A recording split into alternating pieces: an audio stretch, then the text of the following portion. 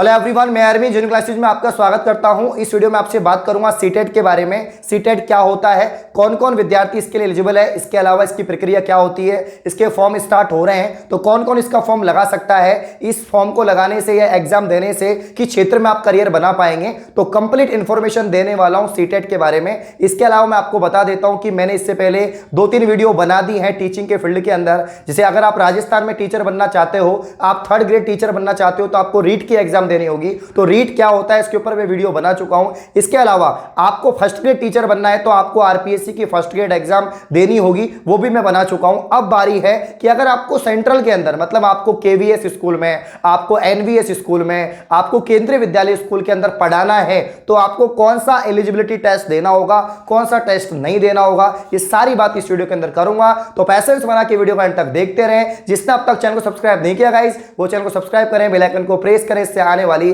सभी वीडियो की नोटिफिकेशन आप तक पहुंच जाए। तो वीडियो स्टार्ट करूं उससे पहले मैं आपको बताना चाहूंगा कि आप सभी को पता है अभी काफी सारी वैकेंसी आउट हो रखी हैं एसएससी में, रेलवे में, बैंक में। तो अगर आप प्रिपरेशन कर रहे हैं अपने कॉम्पिटिशन एग्जाम की तो आप जुड़ सकते हैं अनअकैडमी प्लेटफॉर्म से। अनअकैडमी पर मेरी रेगुलर क्लासेस हो रही हैं फ्री स्पेशल क्लासेस में, तो सुबह 8 बजे, उसके बाद में शाम को 8 बजे, 11 बजे। अगर आप स्टैटिक जीके पढ़ना चाहते हैं तो आप शाम को 5 बजे वाली क्लास में जुड़ सकते हैं। क्लास का लिंक डिस्क्रिप्शन में है, उस पर क्लिक करना, क्लास ओपन हो जाएगी और अपकमिंग क्लासेस के लिए आप मुझे फॉलो कर सकते हैं मेरी अनअकैडमी प्रोफाइल पर। आइए वीडियो को स्टार्ट करते हैं। तो सबसे पहले यहां पर बात करने वाला हूं सीटेट। सीटेट की फुल फॉर्म क्या होती है, तो सेंट्रल टीचर एलिजिबिलिटी टेस्ट। जिस प्रकार से अगर आपको राजस्थान में तृतीय श्रेणी शिक्षक बनना है, आपको 1ली से 5वीं और 6ठी से 8वीं तक को पढ़ाना है तो आपको रीट देना पड़ता है। उसी प्रकार से अगर आपको केवीएस, एनवीएस जो सेंट्रल लेवल की स्कूल है उनमें आपको पढ़ाना है तो आपको यहां पर जो है सीटेट देना होगा। तो सेंट्रल टीचर एलिजिबिलिटी टेस्ट आपको देना होगा।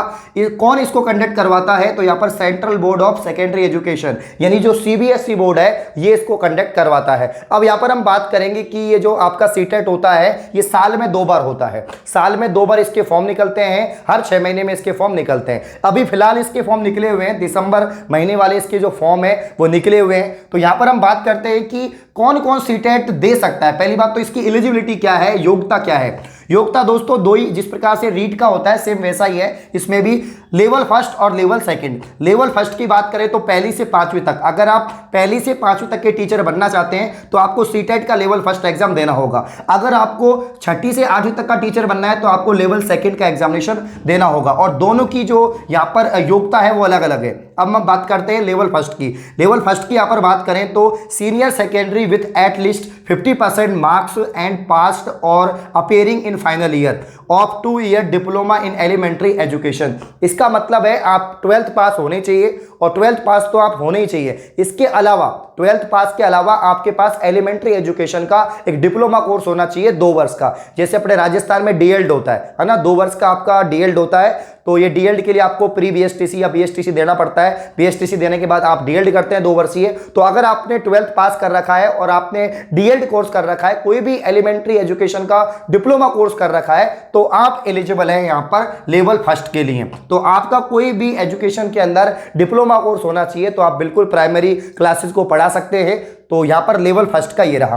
लेवल 2nd की बात करते हैं, क्लास 6 से 8 तक की बात करें तो आपकी ग्रेजुएशन होनी चाहिए, साथ में आपका बीएड होना चाहिए। अगर आपने बीएड कर रखी है और आपने ग्रेजुएशन कर रखी है तो आप एलिजिबल है लेवल 2nd के लिए। तो वो सेम जो रीट का क्वालिफिकेशन होता है सेम ऐसा ही सीटेट में भी है। तो अगर आप रीट के लिए एलिजिबल है तो आप सीटेट के लिए भी एलिजिबल है। सीटेट का ये रहता है कि भाई सीटेट अगर आपने क्लियर करी है, आपने अच्छा स्कोर कार्ड, मतलब आपका मार्क्स अच्छे आए हैं, आपकी परसेंटेज अच्छी बनी है, तो इसके स्कोर कार्ड से आपको केवीएस, एनवीएस और केंद्रीय स्तर पर जितने भी विद्यालय हैं उसमें सेलेक्ट किया जाता है। अब यहां पर हम बात कर लेते हैं। तो पहली बात तो साल में 2 बार होता है, ये मैंने आपको बता दिया। अब दिसंबर के फॉर्म निकले हुए हैं तो उसकी बात कर लेते हैं। दिसंबर के फॉर्म निकले हुए हैं यहां पर और ये जो फॉर्म है आपके स्टार्ट हो चुके हैं। अभी ये फॉर्म आपके स्टार्ट हुए हैं यहाँ पर सीटेट के 20 सितंबर से स्टार्ट हो गए हैं और 19 अक्टूबर तक आपके फॉर्म चलेंगे। एग्जाम डेट भी यहाँ पर आ चुकी है, 16 दिसंबर को आपकी एग्जाम होगी और 13 जनवरी तक आपकी एग्जाम यहाँ पर चलने वाली है।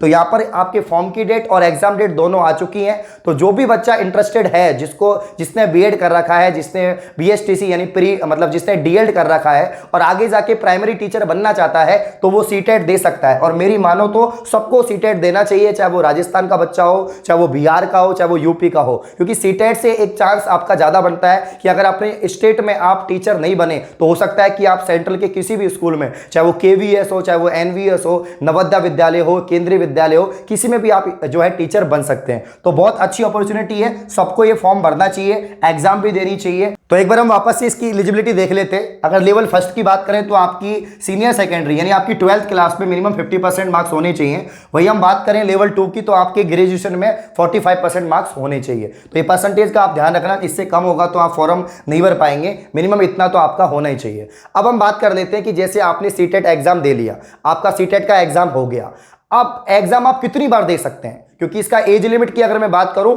मिनिमम 18 ईयर्स है, बाकी मैक्सिमम कितना भी हो सकता है, मिनिमम 18 साल, मैक्सिमम जितने भी आप अटेम्प्ट दो, जब तक आप अटेम्प्ट देना चाह सकते हैं, मतलब देना चाहते हैं तब तक दे सकते हैं, आपकी मर्जी है कि आप कितनी बार इसका अटेम्प्ट देते हैं। काफी बच्चे ऐसे हैं कि जिनका अच्छा स्कोर आ जाता है पर वो चाहते हैं कि और मैं अच्छा स्कोर करूं तो दोबारा से सीटेट देते हैं। जैसे नेट वाले बच्चे होते हैं, एक बार अगर आपने नेट कर लिया, आप चाहते हो मुझे और अच्छी रैंक चाहिए तो आप दोबारा नेट करते हैं। उसी प्रकार से अगर आप सीटेट को कई बार देना चाहते हैं तो दे सकते हैं, कोई दिक्कत नहीं है। साल में 2 बार होता है, नेट भी साल में 2 बार होता है। तो यहां पर हम बात करें सीटेट की वापस से कि कई बार आप दे सकते हैं। इसके अलावा अब आपने एग्जाम दे लिया तो इसका जो स्कोर कार्ड है वो कब तक वैलिड है, हमेशा के लिए वैलिड है। जब तक आप इसका यूज करना चाहते हैं हमेशा के लिए वैलिड है। ऐसा कुछ भी नहीं है कि 1 साल के लिए, 2 साल के लिए, 3 साल के लिए है। अगर आपने एक बार इसको क्वालिफाई कर लिया है तो ये जो है काफी समय तक वैलिड रहेगा। जब आप इसका यूज करना चाहे तब तक कर सकते हैं। अब यहां पर मैं बात करूंगा कि कितना परसेंटेज चाहिए अगर आपको टीचर बनना है।